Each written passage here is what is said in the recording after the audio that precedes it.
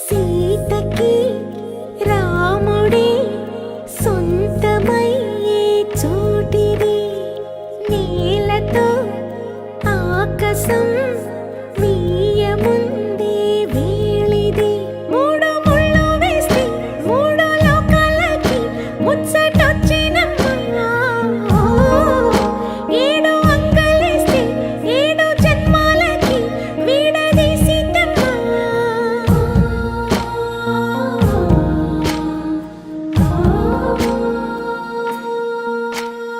సీతమ్మ వాకిట్లో సిరిమల్లె చెట్టు, సిరిమల్లె చెట్టుపై చిలక వాలింది.